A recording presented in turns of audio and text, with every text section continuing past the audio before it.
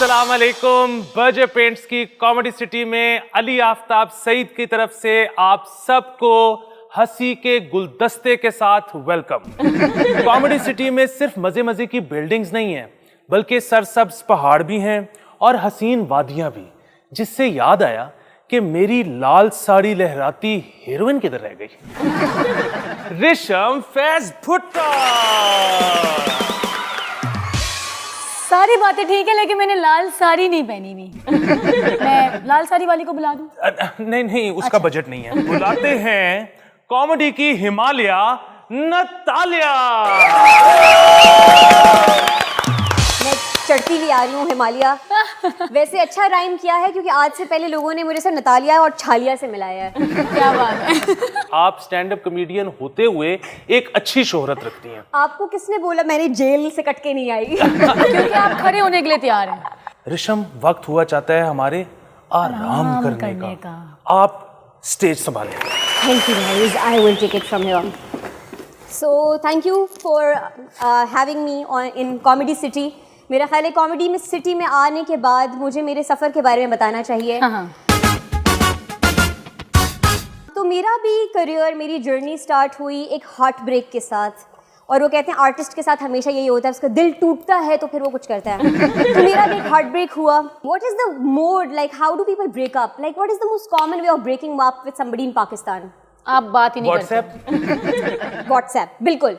तो मतलब 4 साल का रिलेशनशिप और आपने 4 लाइन में ख़त्म कर दिया। इसीलिए मैं भी आपको अपने स्टैंड अप में 4 लाइन का मेंशन दूंगी और आगे बढ़ूंगी।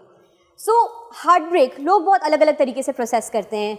कुछ लोग पुराने ज़माने में तस्वीरें जलाते थे अपने पुराने आशिक के, जब भी नेट पुरानी हो गई है मेरा ख्याल है। लेकिन आजकल के ज़माने में हम लोग इंस्टाग्राम से डिलीट करते हैं। लेकिन ये साला फेसबुक ना हर साल मेमोरी में पुराना आशिक दिखा रहा होता है। फ़ौरन जाके मैं रिमूव करती हूँ कि यार बस कर दो। But you know, and there are other ways of getting over relationship. कुछ लोग एडवेंचरस होते हैं तो वो पहाड़ों में चले जाते हैं, हिमालय में चले जाते हैं। यहाँ तो कोई नहीं आया, लेकिन जो कुछ एडवेंचरस नहीं होते तो वो लड़कियाँ बाल कटवाती हैं और फिर वो फेसबुक पे लगाती हैं with hashtag new hair new me. मतलब बाल कटवाने से आपका सॉफ्टवेयर कैसे अपडेट हो सकता है?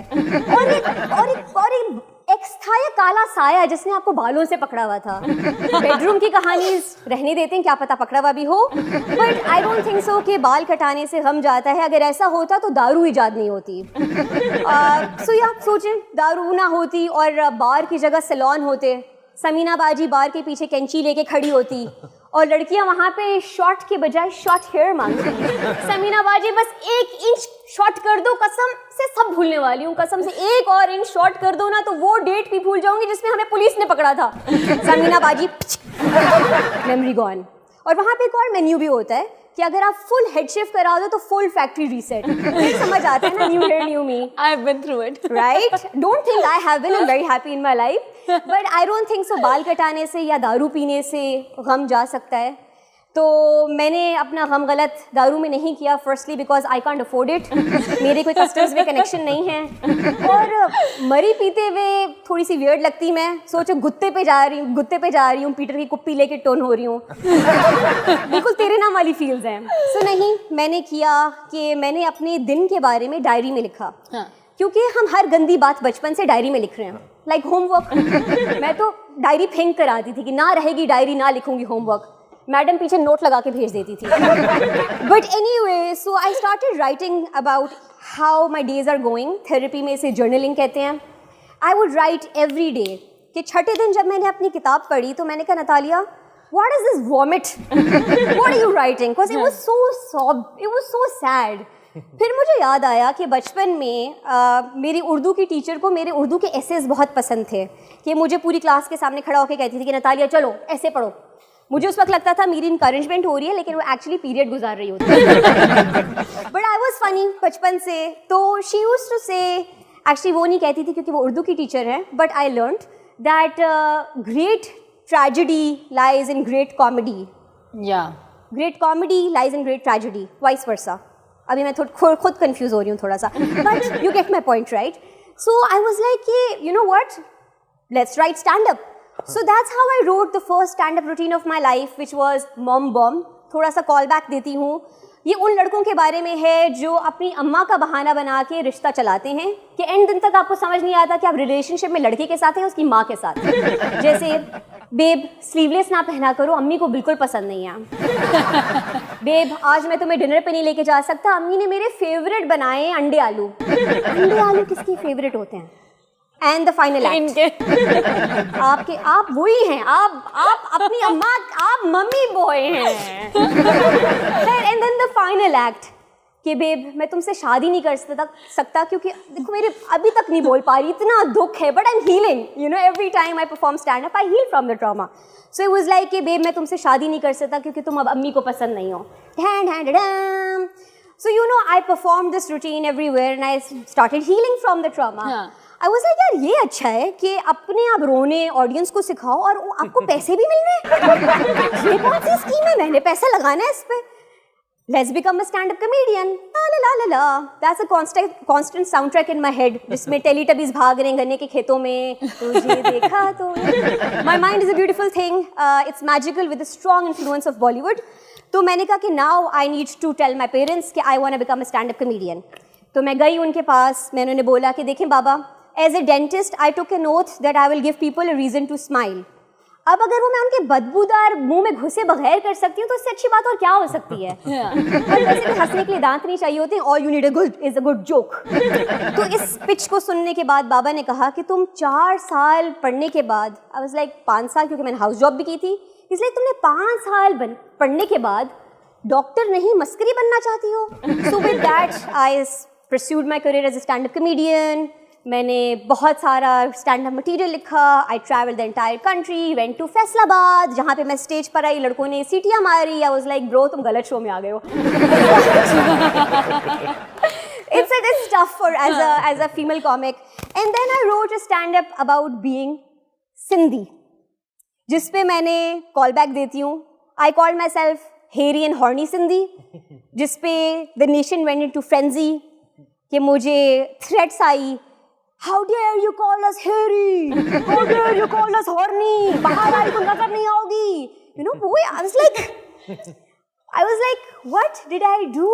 I was like, all I wanted was for people, I wanted to give people a reason to smile. लेकिन मैंने अपनी कौम को इतना offend कर दिया है। What should I do? And why didn't Baba stop me as a kid? जब मैं उनके सारे सिंधी फ्रेंड्स का मजाक उड़ाती थी in a party, I would mimic them because these Sindhis have a peer pressure. ये एक बोतल रखते हैं और कहते हैं साईं जब तक खत्म नहीं होगी कोई नहीं जाएगा, एक और पैक। So Baba ने मुझे बचपन में क्यों नहीं रोका कि Natalia this is not good, don't do it. He encouraged me. Yeah, I thought it's okay, right? So but I was like, okay, बहुत ज़्यादा mess up हो गया. How do I make this better? So I apologized to my Sindhi awam. I deactivated my social media account. मैंने ticket कटाया and I went to Mexico. Full bad girl move. पुता, यहाँ पर उनको कोई हाथ नहीं लगा सकता. But मैंने डिटॉक्स के बहाने मेक्सिको में बहुत पार्टी की. जब अमेरिका पहुँच के टकीला के नशे उतरे तो रियलाइज हुआ कि यार ये मेरे साथ हुआ क्या है. And then I realized हंसने की बात नहीं है. And then I realized that it was never about the jokes, right? It was about a female making those jokes. So it was a gender thing. Just like Instagram में female सामान censor है, but male सामान allow है, approved है. And क्या Instagram ने healthy सामान नहीं देखा आदमियों में? And Instagram के ये headquarter में कौन बंदा बैठा है जो सामान चेक कर रहा है? What is his title? सामान चेकर? ये एक और डिबेट है. But then I realized it's a gender thing. And then I realized कि पाकिस्तान में females ने art form जितनी भी stage में ली है, that is in a very weird way. I saw my first मुजरा. मुझे बोला गया था थिएटर प्ले है और वहाँ पे कुछ और शुरू हो गया. And it's not like I didn't enjoy. मैं भी बहुत आयाश सिंधी हूँ, मेरी भी रालें टपक आई.